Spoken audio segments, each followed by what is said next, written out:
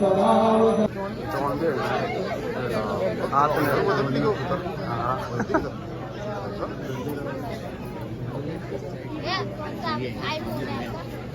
साहब जी नमस्कार बोलो।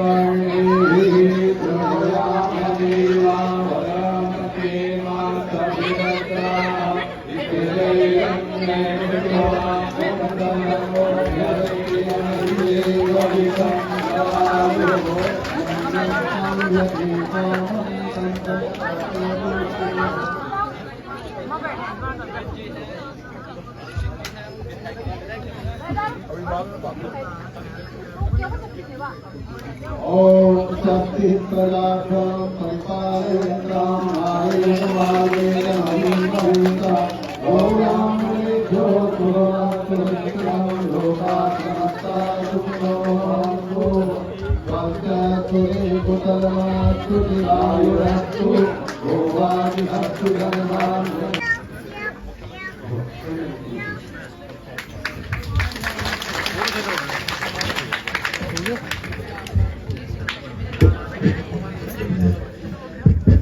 भारत माता की भारत माता की जय श्री राम। जय चल रहा है, इससे आवाज आ रही। आज बहुत ही एक उत्सव जैसा जो हम सब लोगों के लिए हमेशा ही होता है, जब ये महाराज जी आदरणीय योगी जी हम सब के बीच में आते हैं तो हम सब लोग हमेशा उनकी प्रतीक्षा करते हैं। और आज विशेष दिन है जहां मंदिर के इस प्रांगण में इतना भव्य मंदिर बनकर तैयार हो गया, प्राण प्रतिष्ठा भी हो गई और महाराज जी ने उसका पूजन भी कर दिया।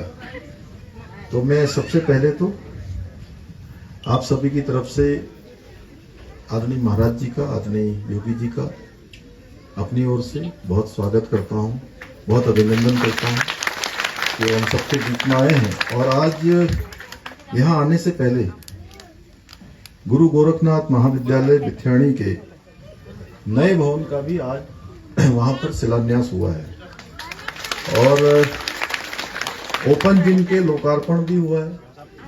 और बहुत ही सुंदर एक जो आज एआई का जमाना चल रहा है, एआई के युग में आदरणीय योगी जी ने अभी एआई से काफी सारा वहां पर संवाद भी किया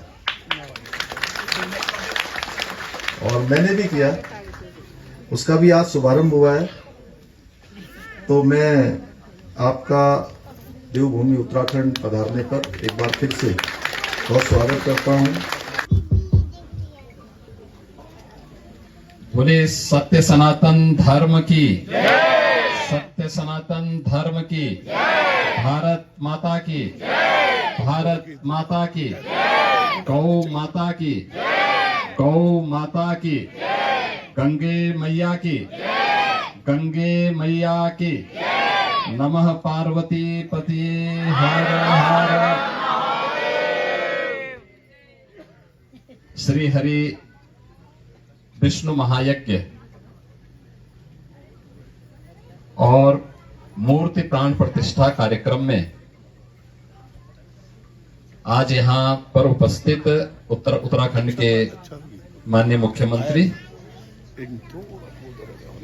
जिनका अभी संबोधन आप सबको प्राप्त हुआ है, श्री पुष्कर सिंह धामी जी,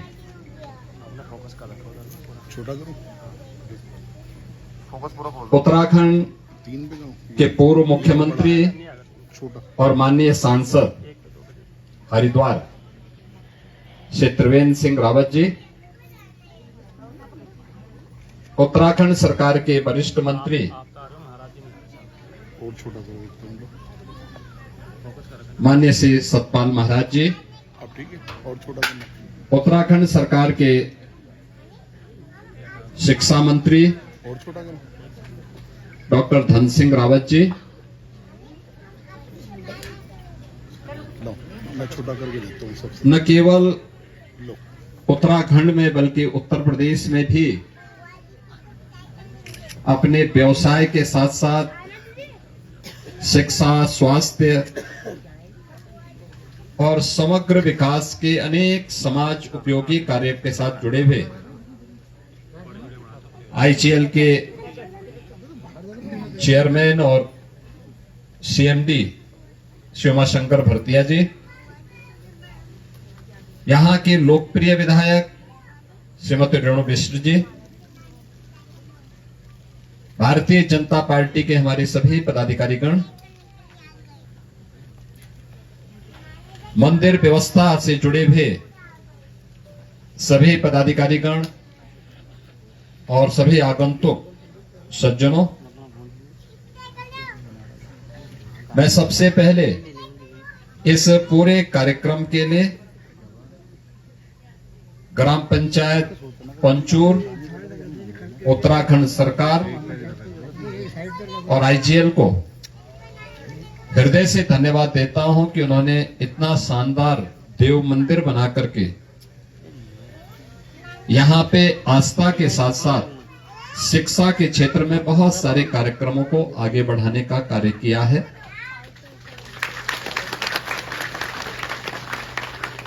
तीन वर्ष पहले जब मैं आया था तब मंदिर नहीं था। यहां पे लोग ऐसे ही पूजा कर लेते थे और अब आपके लिए भव्य मंदिर बन गया है।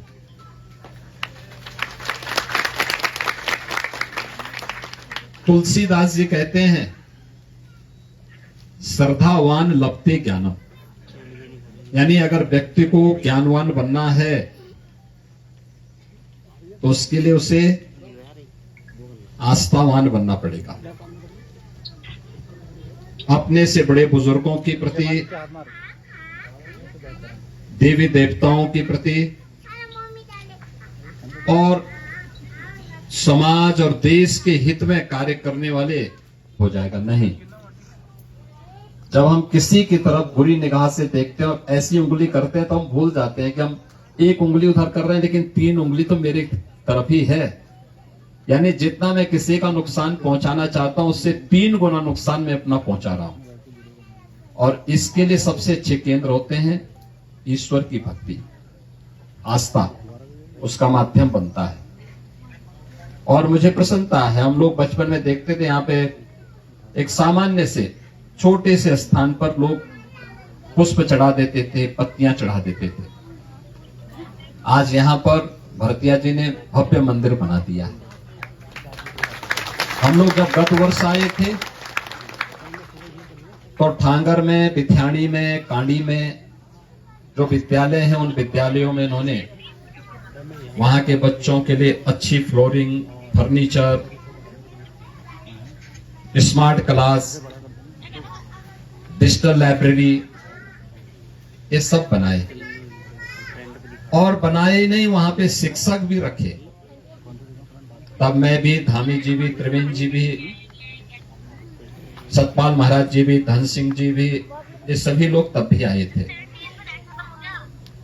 और मैं हर 3-4 महीने में रिपोर्ट मांगता हूं कि क्या प्रोग्रेस है। और मुझे बहुत अच्छा लगता है जब ठांगर के बच्चे जिले में टॉप करते हैं, बहुत अच्छा लगता है मुझे। ये प्रतिस्पर्धा इस बात को लेकर के कि ये बच्चे मेहनत कर रहे हैं, अच्छी दिशा में प्रगति कर रहे हैं।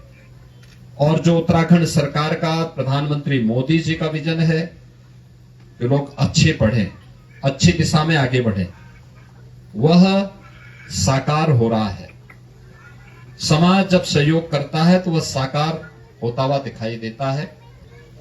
और यह मंदिर भी और धार्मिक अनुष्ठान भी यहां पर इतनी भव्यता के साथ पहली बार इस क्षेत्र में इस रूप में हो पा रहा है। मैं देख रहा था पिछले 4-5 दिनों से लगातार यज्ञ के कार्यक्रम चल रहे हैं। योग्य आचार्य यहाँ पे पूजानुष्ठान कर रहे हैं। गांव पूरा जुटा हुआ है, आसपास के क्षेत्र सब लोग जुटे हुए हैं, और यही यज्ञ के पीछे का भाव भी होता है, जोड़ना, सबको जोड़ना। हम सब जुड़ते हैं तब एक भाव के साथ आगे बढ़ते हैं। आप मुझे बताइए, विदेशी आक्रांत आए थे, अयोध्या में राम मंदिर तोड़ गए। 500 वर्षों में कुछ नहीं हो पाया। जब कल मूर्ति यहां पर प्राण प्रतिष्ठा का कार्यक्रम संपन्न होगा, फिर जब कुछ थल और कुछ जल हुआ, तो इसमें कौन रह सकता है? वह कछुआ रह सकता है। तो कुर्म अवतार ये दूसरा भगवान का हुआ। तीसरा, भाई जब कुछ सूखेगा, थोड़ा बहुत पानी से कोई धरती हटती है, तो क्या रहता है? कीचड़ रहता है। कीचड़ में कौन रह सकता है? सुअर।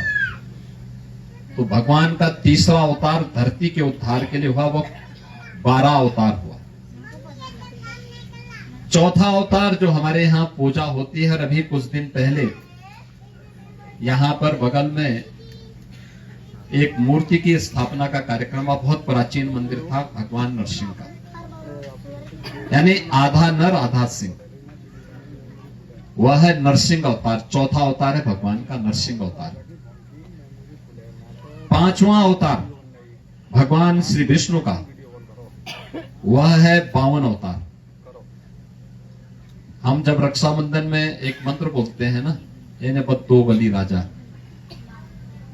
बलि ये जो थे प्रहलाद के पौत्र थे, लेकिन प्रहलाद के पौत्र होने के साथ साथ वे बड़े दानी थे। उनके गुरु थे शुक्राचार्य, यानी राक्षसों के गुरु थे शुक्राचार्य, और देवताओं के थे बृहस्पति।